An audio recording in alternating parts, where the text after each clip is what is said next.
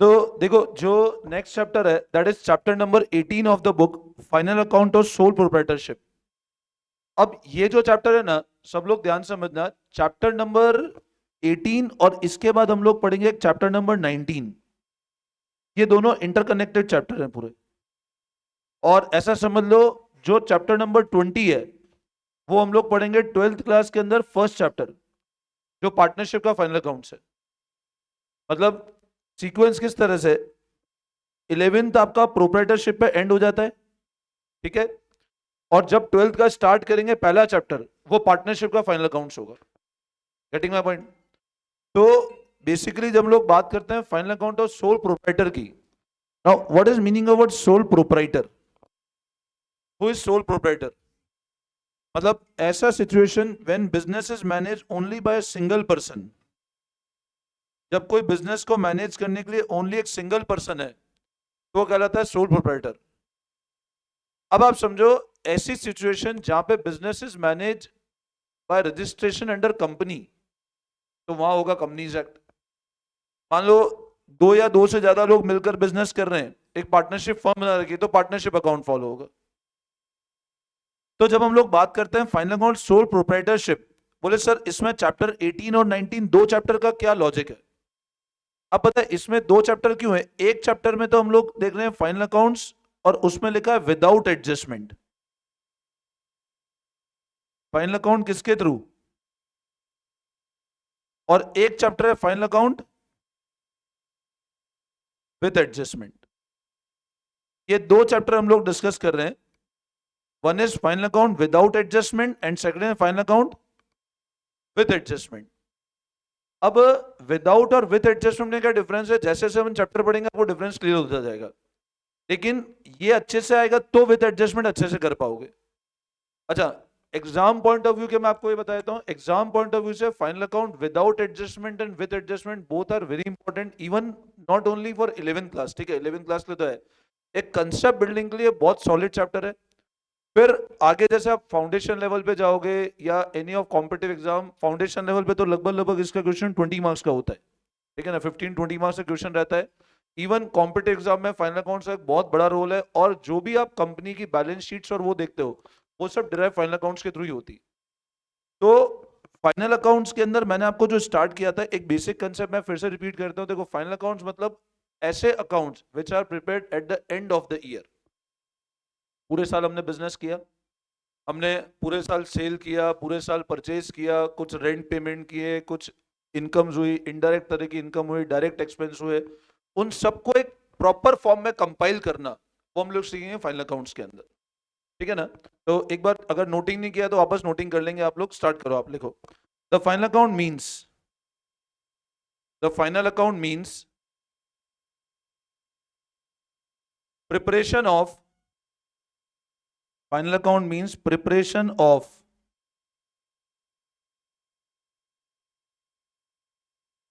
Trading profit and loss and balance sheet at the end of year. The final account involve preparation of trading, profit and loss and balance sheet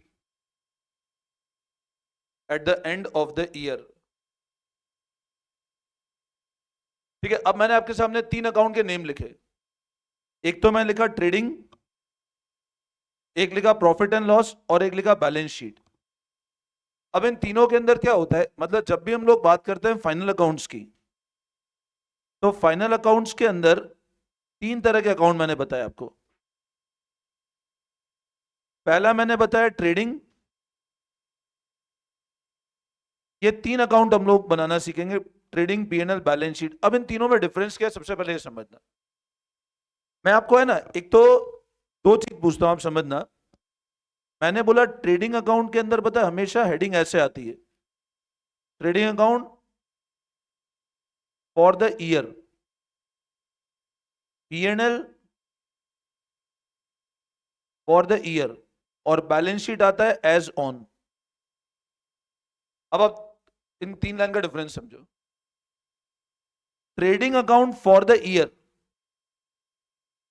profit and loss account for the year and balance sheet as on. Now what is difference between these three line? तो मैंने क्या बोला, trading account for the year मतलब पूरे साल का है। मतलब जैसे मान लो मेरा साल स्टार्ट हुआ 1/4/23 से लेकर 31 मार्च 24, तो इसमें ट्रांजैक्शन इस पूरे पीरियड के आ रहे हैं। प्रॉफिट एंड लॉस 1/4/23 से लेकर, मतलब इस पीरियड का प्रॉफिट एंड लॉस है। बट मैंने बोला बैलेंस शीट एज ऑन 31 मार्च 24, इसका मतलब क्या हो कि बैलेंस शीट उस पर्टिकुलर डेट की है। हमेशा ये बात ध्यान रखना, जब भी मैं ट्रेडिंग की बात करता हूं, जब भी मैं प्रॉफिट, अभी इन तीनों का मतलब क्या होता है आगे डिस्कस करेंगे हम लोग। बट आप एक चीज समझना, ट्रेडिंग अकाउंट हो गया, प्रॉफिट एंड लॉस हो गया और बैलेंस शीट। ट्रेडिंग अकाउंट और पीएनएल हमेशा होता है फॉर अ पर्टिकुलर पीरियड, और बैलेंस शीट होती है हमेशा on a particular date. Trading कभी डेट का नहीं बन सकता कि आज के दिन का ट्रेडिंग क्या है। मैं कभी ऐसा नहीं बोल सकता, जैसे मान लो आज तारीख 6 जनवरी, मैंने कहा 6 जनवरी का ट्रेडिंग ये है, बट बैलेंस शीट में 6 जनवरी की निकाल सकता हूं। तो ट्रेडिंग, अभी आप एक चीज समझो, अगर मेरे को मेरा प्रॉफिट निकालना है, तो मेरे को मेरे बिजनेस का प्रॉफिट निकालना है, तो एक फाइनेंशियल ईयर का प्रॉफिट निकालना पड़ेगा ना, कि इस साल में जब, जैसे मान लो तुम्हारे बैच का निकालना है मेरे को, तो मैंने ये बोला जब से तुम्हारा बैच चालू उस दिन से आज तक मेरा क्या प्रॉफिट हो, तो फॉर द पीरियड होगा ना वो। लेकिन अगर मैंने कहा बैलेंस शीट, तो बैलेंस शीट को अकाउंट्स में एक और नाम से जानते हैं, पोजीशन स्टेटमेंट। अब पोजीशन स्टेटमेंट मतलब क्या हुआ, ऐसा स्टेटमेंट जो मेरे असेट और लायबिलिटी की पोजीशन बता रहा है कि मेरे पास एक पर्टिकुलर दिन कितने असेट है और एक पर्टिकुलर दिन मेरी क्या लायबिलिटीज है। तो मेरे को एक बात बताओ, पोजीशन स्टेटमेंट हमेशा होगा ऑन अ पर्टिकुलर डेट, ये हमेशा किसका होगा, और ट्रेडिंग और पीएनएल हमेशा किसके लिए होगा, for a particular period. Getting my point? तो ऑलवेज रिमेंबर दिस पॉइंट कि ट्रेडिंग और पीएनएल हमेशा एक पीरियड के लिए बनता है और बैलेंस शीट हमेशा एक पर्टिकुलर डेट के लिए बनती है। तो जैसे अपन जब भी ट्रेडिंग अकाउंट बनाएंगे, सब बीआरएस बनाते थे, तो हम लिखते हैं बीआरएस एज ऑन 31 मार्च। तो ट्रेडिंग और पीएनएल में हमेशा हेडिंग क्या आएगी, trading account for the period ending 31 March, PNL account for the period ending 31 मार्च, और बैलेंस शीट में बैलेंस शीट एज ऑन 31 मार्च। आई बात समझ में?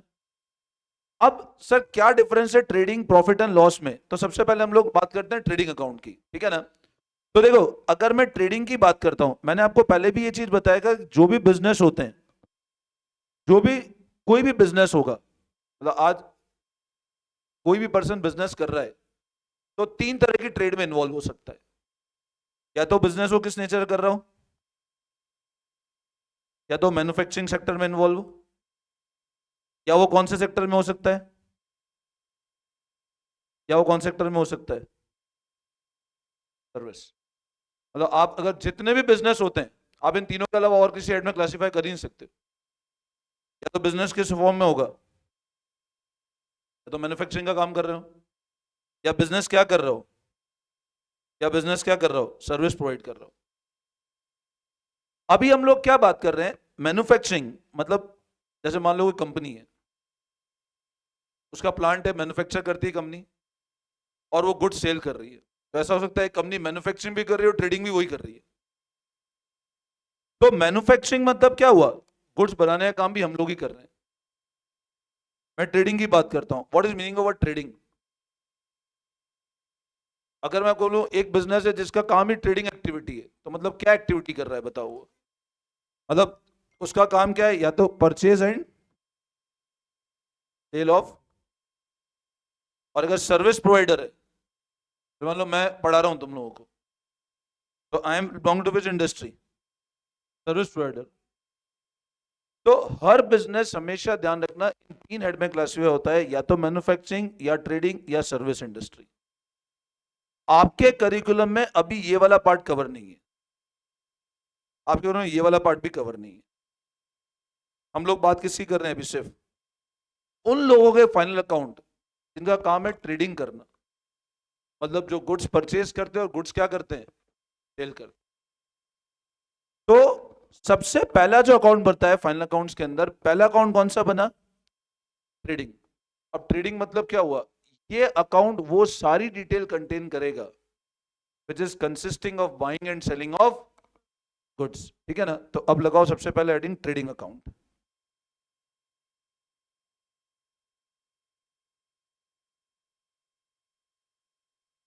ट्रेडिंग अकाउंट मैंने कितना पढ़ा, देखो अब ट्रेडिंग अकाउंट लिखना आप, this account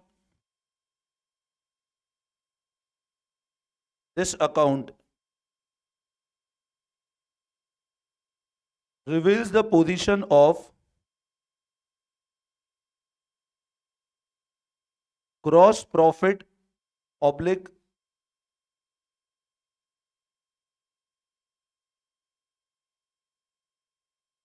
gross loss during the year. This account reveals the position of gross profit oblique gross loss, या तो प्रॉफिट या लॉस बताते हैं, तो साल भर में कितना हमको ग्रॉस प्रॉफिट हुआ और या क्या ग्रॉस लॉस हुआ।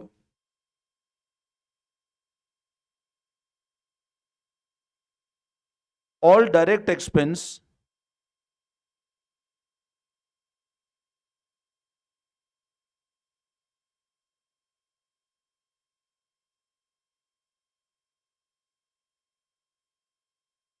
and all direct income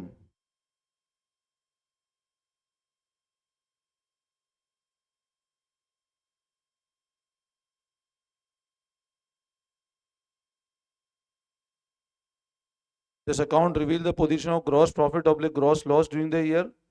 सारे डायरेक्ट खर्चे डेबिट किए जाते हैं और सारी डायरेक्ट इनकम क्रेडिट की जाती है।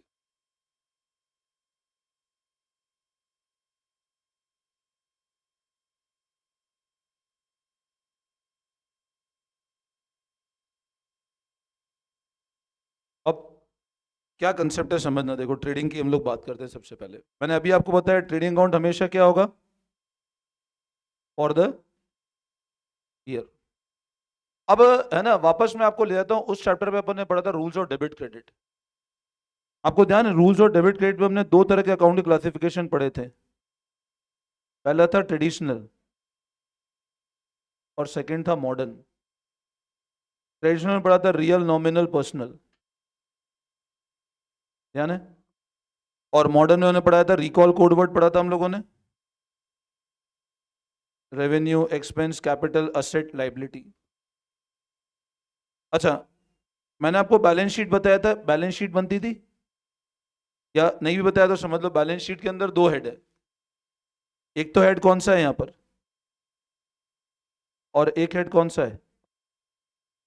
और लाइबिलिटी के अंदर दो पार्ट, अपन अकाउंटिंग इक्वेशन को ध्यान करो। टोटल लाइबिलिटी, टोटल लाइबिलिटी क्या होता था, अपन ने पढ़ा था ना, टोटल लाइबिलिटी सी, और इसका मतलब एक्सटर्नल, इसका मतलब इंटरनल, इन दोनों को जोड़ते थे तो क्या आता था। एग्री करते हो। मतलब मेरे को एक बात बताओ, ये अकाउंटिंग इक्वेशन जो चैप्टर था और मॉडर्न क्लासिफिकेशन जो था, उसमें आप है ना एक लॉजिक समझो। बताओ ये तुमको बैलेंस शीट में नजर आ रहा है क्या, नजर आ रहा है क्या बैलेंस शीट में। बताओ ये चीज बैलेंस शीट में नजर आ रही है क्या। बताओ बताओ ये तीनों बैलेंस शीट में नजर आ रहे नहीं आ रहे, बिल्कुल आ रहे। अच्छा, मैं अगर ट्रेडिशनल से भी इसको क्लासिफाई करूं तो अपन लोग क्या पढ़ते थे सर, रियल में वो सारे अकाउंट है जो किसको बिलोंग करते थे, ऐसे चार एक्सेप्शन थे। नॉमिनल सबको क्या होता था हमेशा, और पर्सनल में नेचुरल, आर्टिफिशियल, रिप्रेजेंटेटिव, और सारी लाइबिलिटी हमेशा पर्सनल होती थी। सबको आइडिया है ना। अब आप एक चीज समझो, मैंने आपको जब ये समझाया कि मॉडर्न क्लासिफिकेशन में अकाउंट से कोड वर्ड में डिवाइड हो गया, रिकॉल, और इसमें ये जो आर और ई कैटेगरी, ये कौन सी कैटेगरी है, ये तीनों या तो रियल होगी या।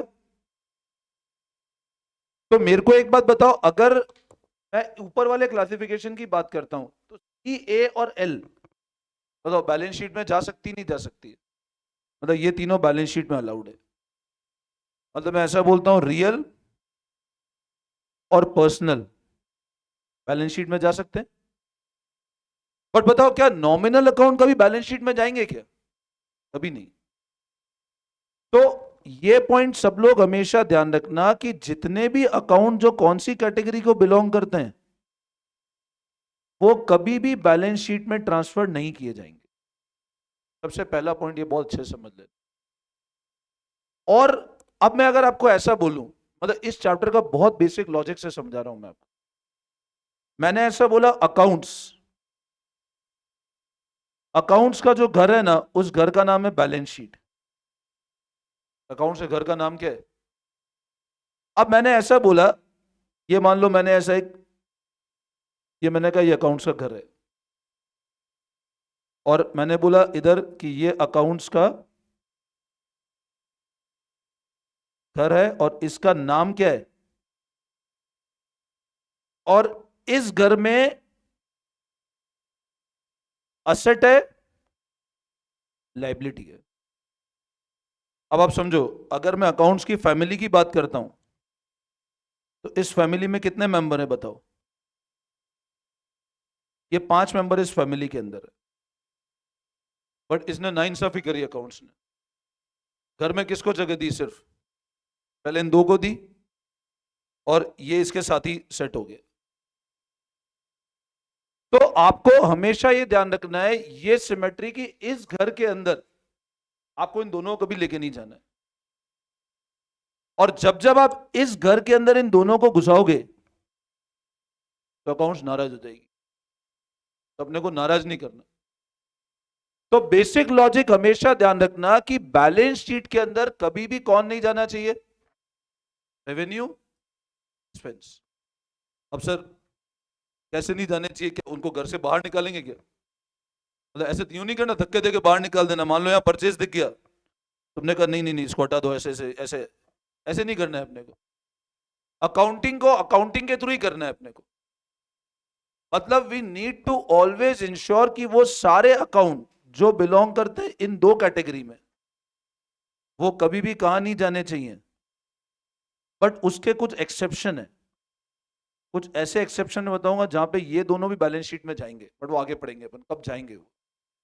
बट अभी हम लोग ये ध्यान रखेंगे कि अगर रेवेन्यू और एक्सपेंस है तो बैलेंस शीट में नहीं जाना चाहिए। अब मैं यहां पर ये अज्यूम करता हूं कि आप आइडेंटिफाई तो कर लोगे कि क्या रेवेन्यू और क्या एक्सपेंस है, ये हम लोग पढ़ चुके हैं। अब सर बैलेंस शीट में कैसे नहीं जाना चाहिए, तो यहां पे मैं दो कंसेप्ट वापस बताता हूं। देखो, जैसे मैंने ऐसा बोला राम अकाउंट डेबिट 50,000, और मैंने ऐसा बोला राम अकाउंट क्रेडिट 30,000, तो बैलेंस है कि नहीं है? क्या बैलेंस जीरो हो गया क्या राम अकाउंट में? राम में डेबिट 50,000 है, राम में क्रेडिट 30,000 है, तो बैलेंस है कि नहीं है? बोलो कितना बैलेंस है? आप बोलोगे सर बैलेंस है कितने का, तो ये बैलेंस शीट में जाएगा, बिल्कुल जाएगा क्योंकि बैलेंस है। आप नाम पे फोकस करो, बैलेंस शीट का नाम क्या है? बैलेंस की शीट। जिस जिस अकाउंट में बैलेंस है वो बैलेंस शीट में जाएगा ही सही, वरना double entry concept, double entry complete ही नहीं होगी। मैंने बोला राम को डेबिट किया 50,000, क्रेडिट किया 30,000, 20,000, बोले बैलेंस है, बोले बिल्कुल है, तो बैलेंस शीट में जाएगा। अच्छा मेरे को एक बात बताओ, मैंने कहा राम अकाउंट में डेबिट है 50 का और क्रेडिट भी 50 का है, तो बैलेंस है क्या? क्या नहीं है? तो बैलेंस क्या है? बैलेंस शीट में नहीं जाएगा। बोले राम असेट लाइबिलिटी किसी भी कैटेगरी में जा रहा हो, भले वो रेवेन्यू हो, भले एक्सपेंस हो, भले कैपिटल हो, असेट हो, लाइबिलिटी हो, बैलेंस शीट में नहीं जाएगा। क्यों? क्योंकि बैलेंस ही नहीं है उसके। और मान लो मैंने ऐसा बोला, अगर लेट से डेबिट 20,000 है और क्रेडिट 50,000 है, बैलेंस है, बिल्कुल है, बट अब कौन सा बैलेंस है? तो बैलेंस शीट में जाएगा। अब आप एक चीज हमेशा ध्यान रखना, ये भी अपन पहले ही पढ़ चुके थे कि डेबिट बैलेंस हमेशा या तो असेट का होगा या किसका होगा, और क्रेडिट बैलेंस या तो रेवेन्यू का या कैपिटल का या लायबिलिटी का। लेकिन मेरे को एक बात बताओ, अगर बैलेंस बच रहा है और आप कहते हो सर इसको बैलेंस शीट में लेकर जाना है, तो एक्सपेंस तो हो ही नहीं सकता है। बैलेंस शीट में जाती ही नहीं है, मतलब डेफिनेट सी बात है वो क्या होगा। और अगर एक्सपेंस होगा तो आपको इंश्योर करना है बैलेंस जीरो हो जाना चाहिए। अगर वो एक्सपेंस है तो आपको बैलेंस जीरो करना ही पड़ेगा, तो एक्सपेंस बैलेंस शीट में नहीं जा सकता। इसी तरह मेरे को एक बात बताओ, अगर क्रेडिट बैलेंस है तो क्रेडिट बैलेंस किसका होगा, या तो लाइबिलिटी या रेवेन्यू। बट बताओ रेवेन्यू बैलेंस शीट में अलाउड है क्या? नहीं है। तो अगर क्रेडिट बैलेंस और रेवेन्यू है तो आपको जीरो करना ही पड़ेगा उसको। तो क्रेडिट बैलेंस या तो कैपिटल का बच सकता है, किसका बच सकता है, लाइबिलिटी का। तो सिंपल सी बात है कि अगर बैलेंस शीट में किसी अकाउंट में बैलेंस है तो ही बैलेंस शीट में जाएगा। अब भले ही अगर बैलेंस जीरो है, असेट है तो जीरो है तो नहीं जाएगा, लाइबिलिटी जीरो है तो नहीं जाएगा, कैपिटल जीरो है तो नहीं जाएगा। और अगर वो बैलेंस शीट में जा रहा है, या तो वो असेट होगा, या वो कैपिटल होगा, या वो लाइबिलिटी होगा। रेवेन्यू एक्सपेंस कभी बैलेंस शीट में नहीं जाएंगे। डेबिट साइड जा रहा है मतलब 100% वो असेट है, और क्रेडिट साइड है मतलब या तो वो लाइबिलिटी या कैपिटल। भाई बात समझ, वापस से समझो। अब आप एक चीज समझना, मैं एक आपसे बेसिक वापस चीज पूछता हूं। परचेज की एंट्री हम लोग पढ़ते हैं, मैंने कहा परचेज गुड्स फ्रॉम राम 50,000, मेरे को इसका जर्नल एंट्री बता।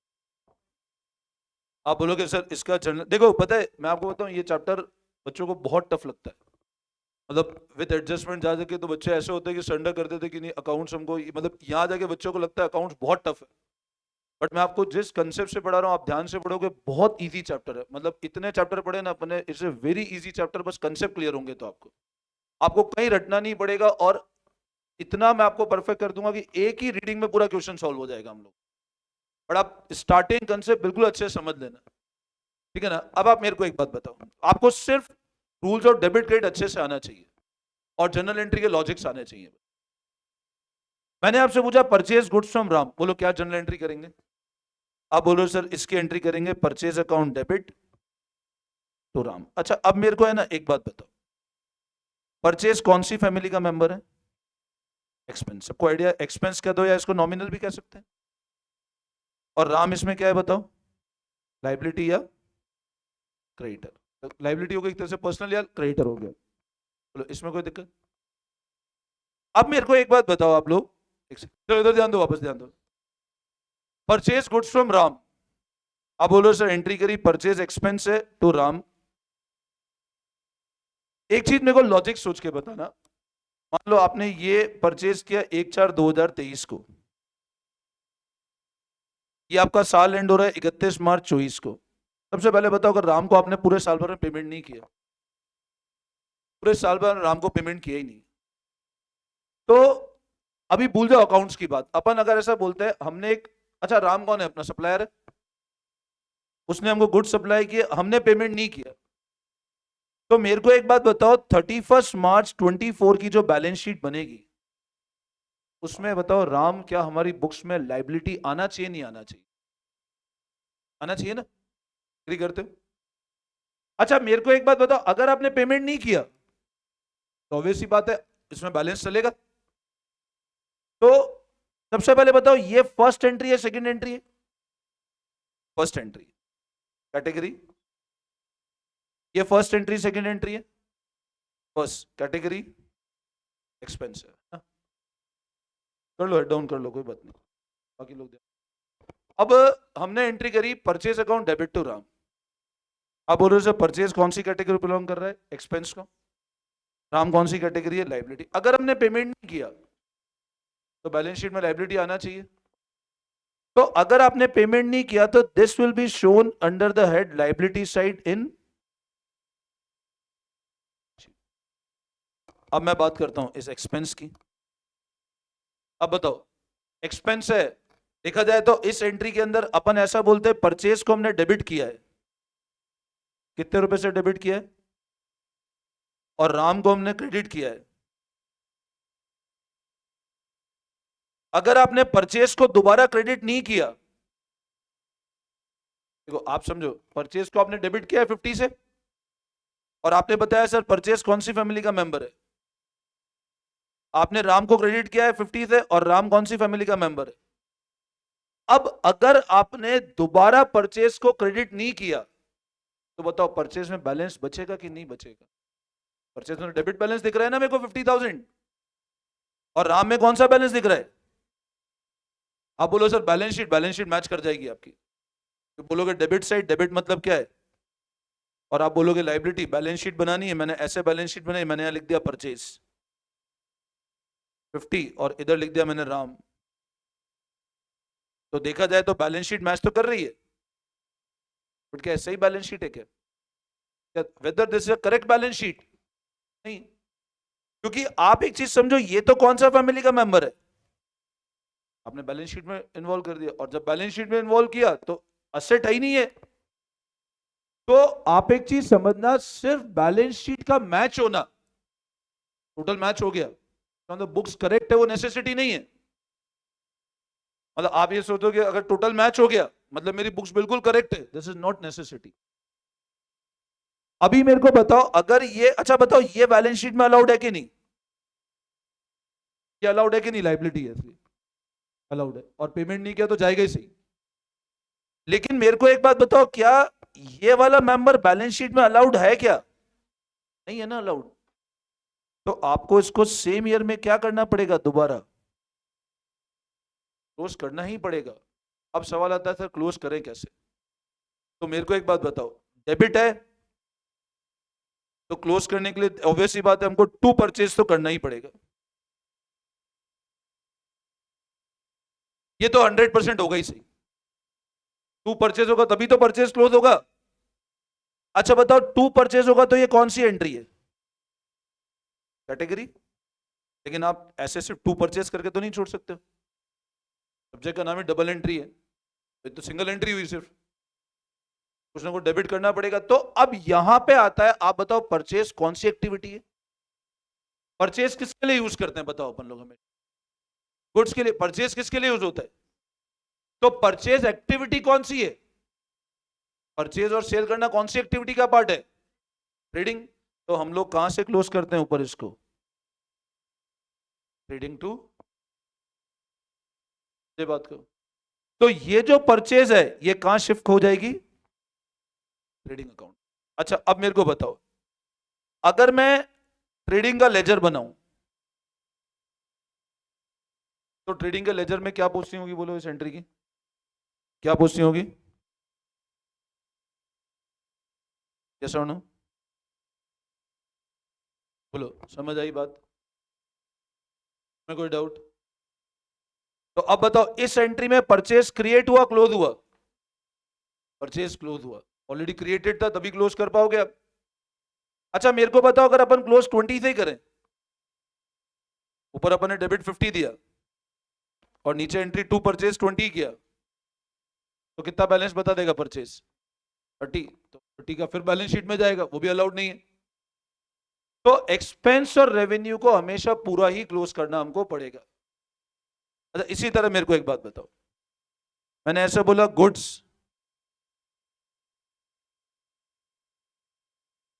70,000, अब बताओ गुड्स सोल्ड टू शाम 70,000, कैश सेल है क्रेडिट सेल है, कैसे पता लग रहा है क्रेडिट सेल है, नाम लिखा हुआ है ना। अच्छा ये कौन है अपना, डेटर है क्रेडिटर है, डेटर, बोलो इसकी क्या जर्नल एंट्री करोगे, आप बोलो सर जर्नल एंट्री होगी शाम टू सेल्स। अब मेरे को बताओ शाम कौन सी फैमिली का मेंबर हुआ, और क्रिएट हुआ first entry second entry, first sales revenue, चलो समझ आता है। अब मेरे को एक बात बताओ, इस एंट्री के अंदर देखा जाए तो शाम क्या किया आपने, और सेल क्या किया आपने, बताओ। अगर आपने शाम ने आपको साल भर पेमेंट किया ही नहीं, पूरे साल आपने पैसा रिकवरी की कोशिश करी, पैसा आया ही नहीं, तो बताओ ये बैलेंस शीट में जाएगा नहीं जाएगा, जाएगा नहीं जाएगा। तो आप, अच्छा ये अलाउड है कि नहीं बैलेंस शीट में, क्योंकि ये कौन सी फैमिली का मेंबर है, बट बताओ क्या ये अलाउड है क्या, ये कौन सी फैमिली का मेंबर है? तो अलाउड है क्या? तो इसको आपको सेम ईयर में क्या करना पड़ेगा? क्लोज करना पड़ेगा। अब क्लोज कैसे करें बताओ? सेल कौन सी एक्टिविटी का पार्ट है? सेल कौन सी एक्टिविटी का पार्ट है? और एक्टिविटी कौन सी? सेल और परचेज करना, ट्रेडिंग एक्टिविटी। तो सेल क्रिएट कैसे किया था अपन ने, बोलो? क्रेडिट करके। तो क्लोज कैसे करें? तो अब आप करते हो सेल अकाउंट डेबिट, तो क्या कर लेते हो? अब बोलो इसकी पोस्टिंग कैसे करेंगे? अगर मैं ट्रेडिंग अकाउंट बनाता हूं, मैंने अभी आपको ऊपर बताया था अपन टू परचेज करते थे, और इसकी पोस्टिंग कैसे करेंगे? मैंने इधर परचेज बुक किया 50, सेल बुक किया 70। बोलो कितने का प्रॉफिट दिख रहा है आपको? समझे बात को? अब बताओ ये एंट्री क्लोजिंग एंट्री या क्रिएट एंट्री है? Closing entry. ये एंट्री कौन सी है? ये एंट्री क्लोजिंग है क्रिएट है? आई बात समझ में? क्लियर है? तो ट्रेडिंग अकाउंट का अभी ये मैंने आपको बिल्कुल सिंपल परचेज सेल बताया। अब ऐसे अपन सारे एक्सपेंस और रेवेन्यू को क्लोज करना सीखेंगे वन बाय वन। बोलो यहां तक कोई डाउट? क्लियर है बिल्कुल? ठीक है, इसको देखना, फिर करते हैं नेक्स्ट क्लास से कंटिन्यू। चलो, thank you all of you.